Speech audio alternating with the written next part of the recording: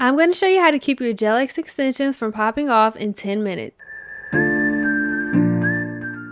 So there's two different types of gel extensions that you can use for your DIY nails. The first are the natural gel extensions. There's only a little bit of gapping between the extension and my nail, so this is normally the type of extension that I would use to do my nails at home. The second, and the type of gel extension that I don't use, these are called structured extensions, and these have a much higher apex. My nails are more on the flat side, so I typically use these extensions, and they're by Gel-Like EC. Choosing the perfect size is definitely one of the most important steps when you're doing your own nails at home. You want to choose a size that closely matches your natural nail shape, and you also don't want to pick a size that's too big or too small because you could have nail pain. You're going to place the extension on top of your natural nail and make sure that it fits sidewall to sidewall without really pressing down. If you press it down to make it fit, it'll make your nail feel really tight, and you don't want that. If you can't find your perfect match, choose the bigger size and then use a nail file to reshape it and match your nail. After you find the correct sizes, make sure you take your nail file and round out the cuticles. This is key to making your gel extensions look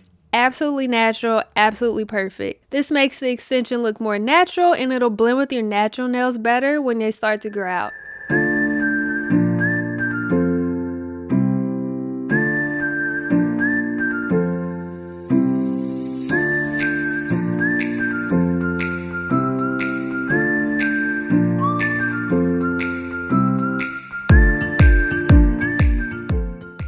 Something else that I love to do is etch the inside of the extensions. This will help the extension adhere to the glue better and also make your nails last longer. I'm using my favorite nail drill by Melody Susie. You can also find this on Amazon, and I'm attaching one of the drill bits that the set came with to etch the nails. So I'm just going to take the drill and etch most of the nail area that will cover my natural nail, and I'm just going back and forth a few times on each nail to create that rough surface.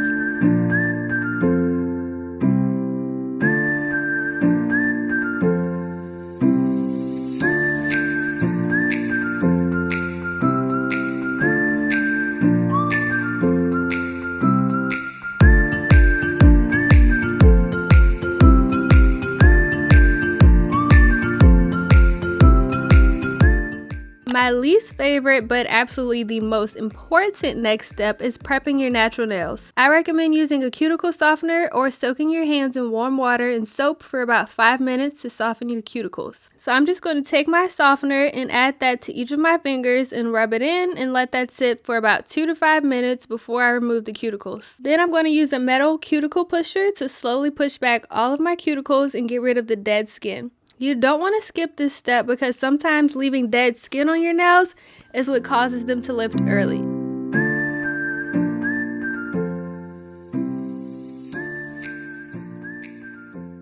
Now that our nails are all cleaned up, you're going to buff the surface to prep for the gel. This is going to create another rough surface for the extension to adhere to. And make sure you're buffing lightly and not too hard because you don't want to make your natural nails thin or brittle. And also make sure you don't buff too much in the same spot for too long.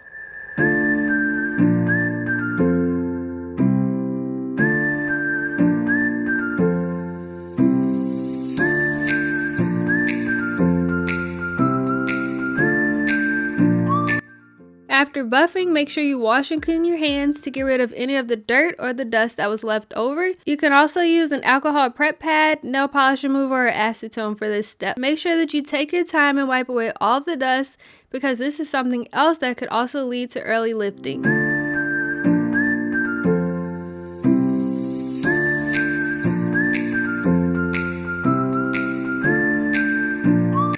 Next, you'll need to grab a dehydrator and primer. These are very important to help get rid of the natural oils that come on your nails and also help your nails last longer. I'm using this brand by Savulin, and you're going to start first with your dehydrator and cover all of your natural nails. Just swipe it on a few times, but make sure that you are going slow and take your time, especially if this is your first time. You don't want to get any of this on your skin or it could cause an allergic reaction.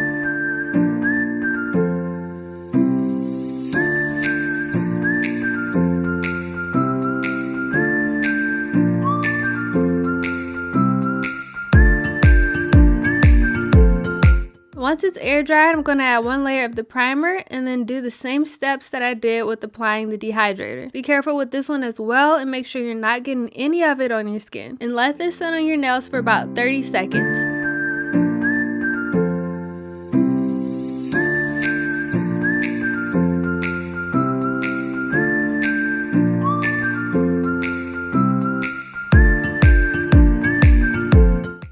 And now we're going to apply the extensions. First, you're going to take your gel glue or your nail glue. This says nail glue, but it's actually just gel. And you're going to apply 1 coat to your natural nails. Make sure you're very, very careful with this as well. And you don't want to get any of this on your skin because, like the dehydrator and primer, it could lead to an allergic reaction or contact dermatitis. We don't want that. You can use a nail brush or acetone to clean up any of the gel that you may have gotten on your skin.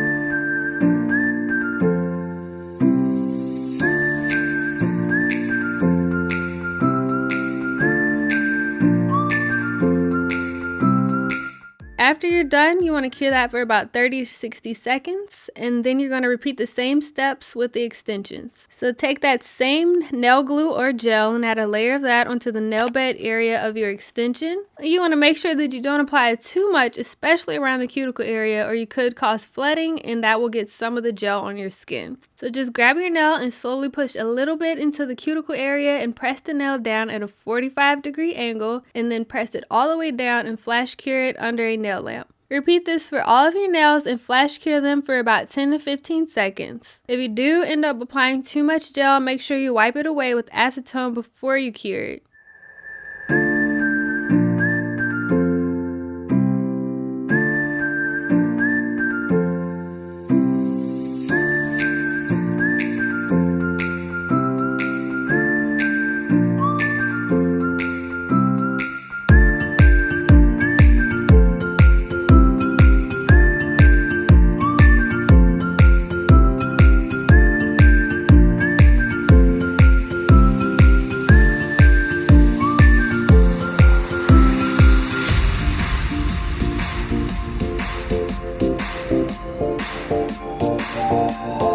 After you flash cure all of your nails, you're going to place them under a bigger lamp and cure them for 60 seconds.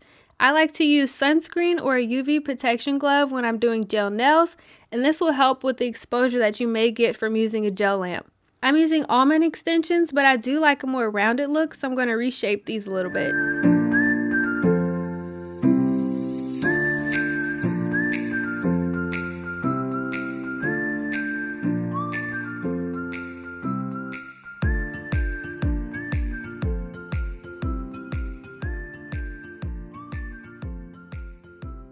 Next, I'm going to seal the cuticles with my nail drill, and this will also help your nails look absolutely natural and blend a lot better. Make sure you hold the drill sort of like a parallel angle to the nail, not straight up and down.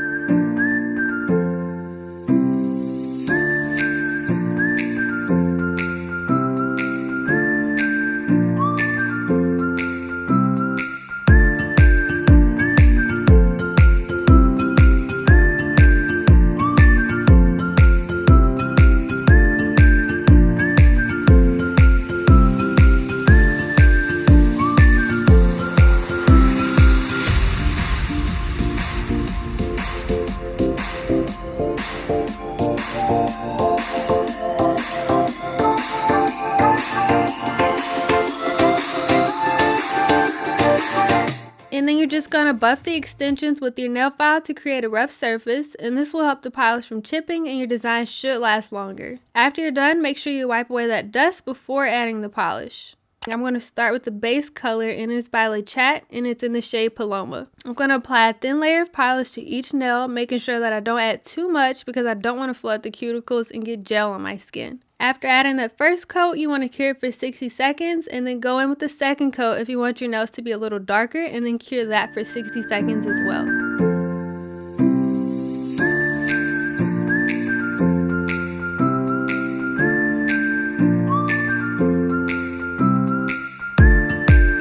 Then I'm just going to add the French tips using the Beetles gel liners in this pink shade. If French tips are hard for you, you can try using stickers or a nail stamp.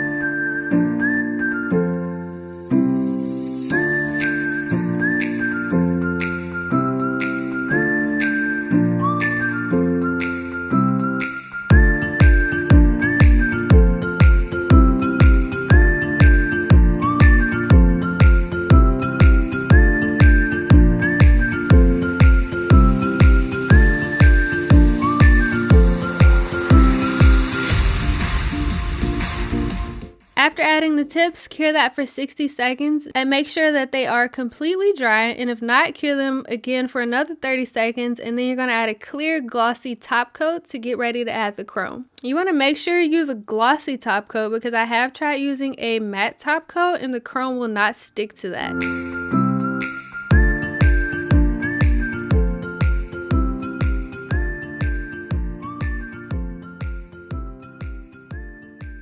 To apply the chrome, you're just going to use a regular eyeshadow brush, dip it into the chrome, and rub it on your nails. If while you're applying the chrome and you notice that it is not sticking, you may have cured your nails for too long. So wipe the chrome away with an alcohol prep pad, add a light layer of gel top coat, and cure it for about 30 to 40 seconds. And then after you've applied the chrome to all of your nails, you just want to add a top coat on top of the nails and cure that for 60 to 90 seconds.